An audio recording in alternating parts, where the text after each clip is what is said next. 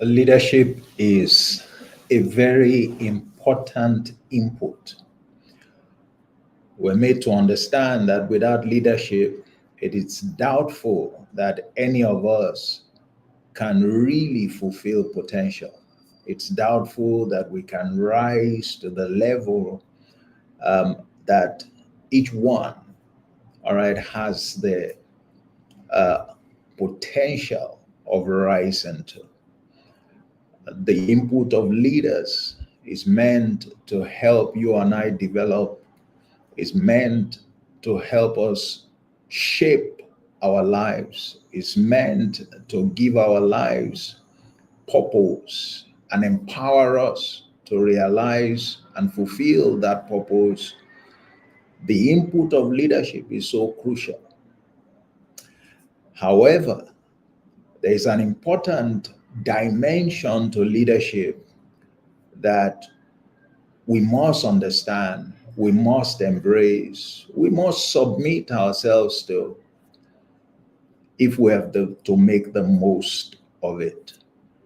So I want to speak very quickly to you this Monday on Leadership on Monday, where I deliver a nugget that will help you do leadership right.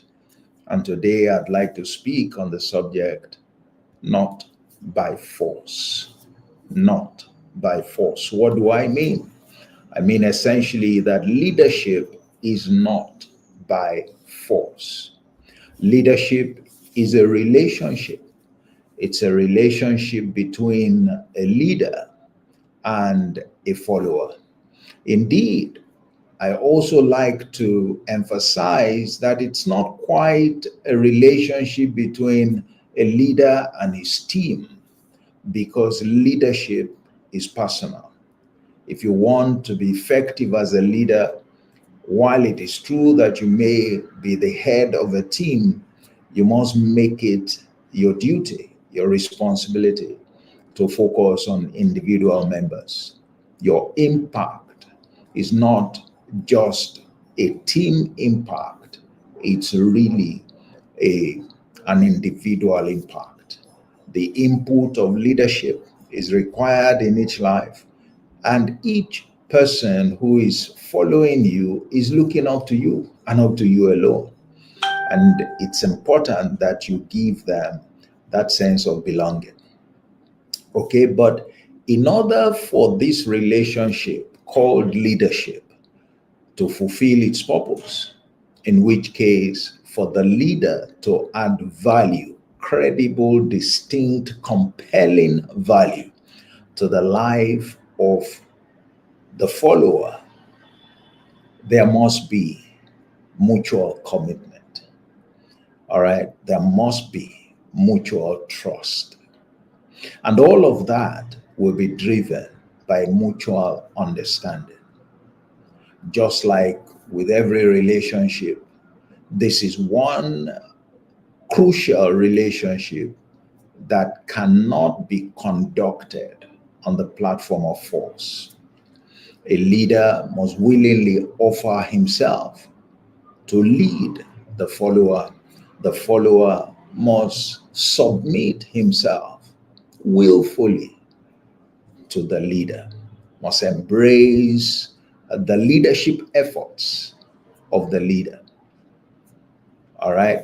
Again, this is the point where that knotty issue of authority of the leader comes in.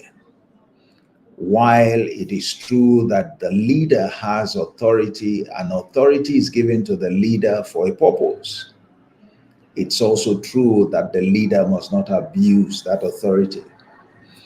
An abuse of authority can be expressed in a couple of ways, but one that we probably don't talk about most times is the repetitive use of authority to get things done. If you find yourself having to fall back on your authority every time you want to get things done, it is tending towards abuse. You must be working to elicit the willful commitment and trust of your people. It's one of the toughest, if not the toughest job of the leader. All right. You must do what you need to do to convince the follower that you are what? Committing their lives to. All right.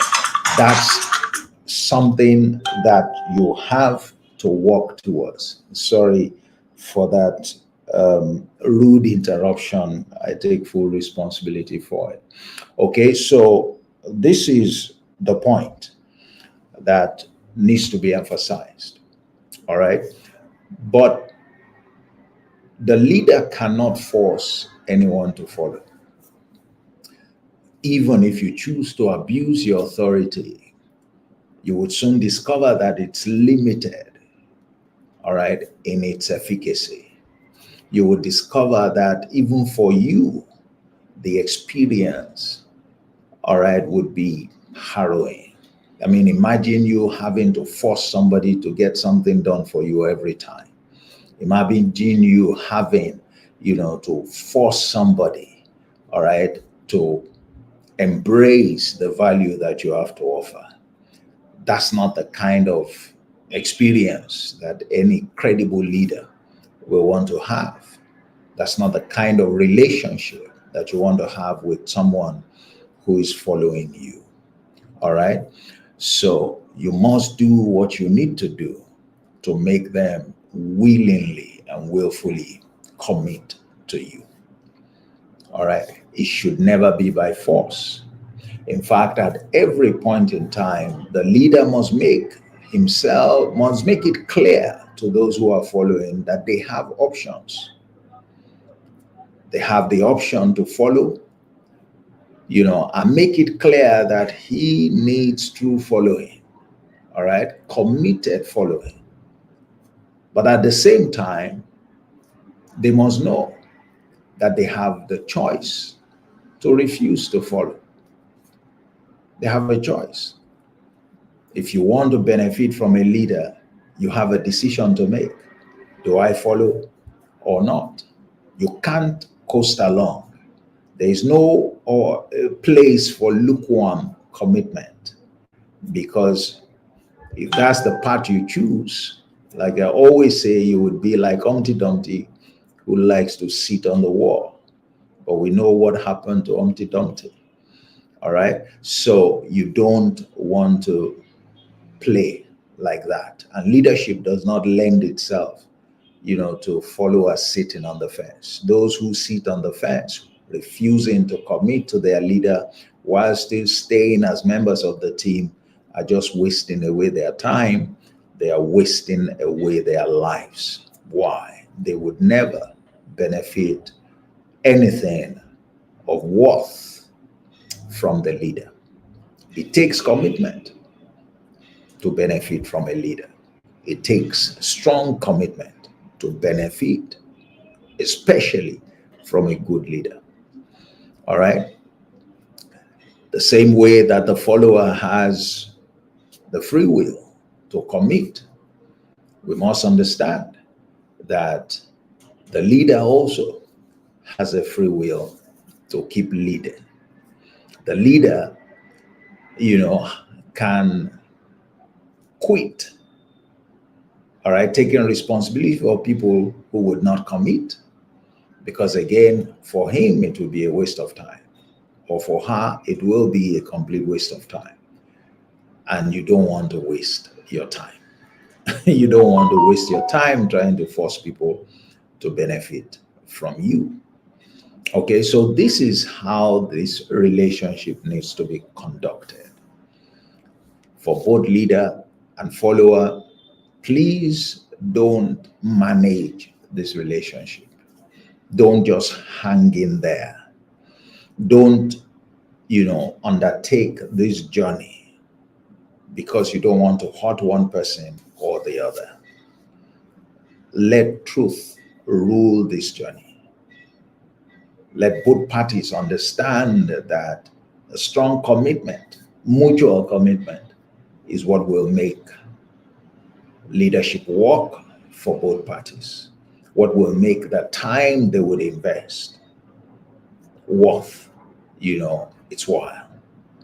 And I'm sure none of us wants to waste our time pursuing something that will only take us nowhere. That's what I thought to share with us on Leadership on Monday.